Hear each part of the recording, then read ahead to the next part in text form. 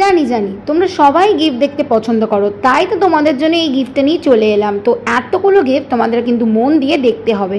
তো প্রথমেই যেটা দেখলে সেটা হচ্ছে একটা সংবর্ধনা, যেটা আমার মা একটা সংবর্ধনা অনুষ্ঠান থেকে পেয়েছিল। তো চলো এবার কিন্তু চলে যাচ্ছি গিফট ওপেনিংয়ে। এটা কিন্তু নেক্সট ডেতে খোলা হয়েছে, কারণ সেদিনকে মায়ের এনার্জি ছিল না। তো প্রথমেই যে গিফটটা খুলছে, তো সেটা দেখো, সুন্দর একটা গণেশ ঠাকুরের মূর্তি। আর এরকম সুন্দর সুন্দর শোপিস পেলে বেশ ভালোই লাগে।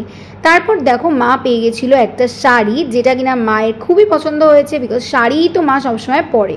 নেক্সট যেটা আনর্যাপ করছে সেটা ছিল একটা 3টে সেটের পেন। এবার দেখো পেন তো আর সমস্ত দেখানো সম্ভব না, বিকজ পেন তো টিচার্সরা মানে 100-200টার ওপরে পায়, মানে আমার মা তো পায় যে ফুল ইয়ার চলে যায় ওই পেনগুলো দিয়ে। তারপর দেখো পেয়েছিল হচ্ছে 4টে প্লেট। তো আমি বলেছি আমাকে একটা প্লেট দিও, তো আমি ম্যাগি খাবো।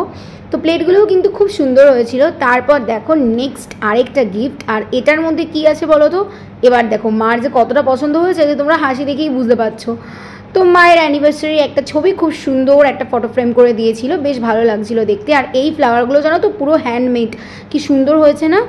তো তারপর চলে আসি চলো নেক্সট গিফটে। এটাও কিন্তু একটা ফটো ফ্রেম বলতে পারো, বাট কিন্তু ছিল হচ্ছে রাধা কৃষ্ণর। আর এরকম না আমাদের খুব ভালো লাগে সাজিয়ে রাখতে।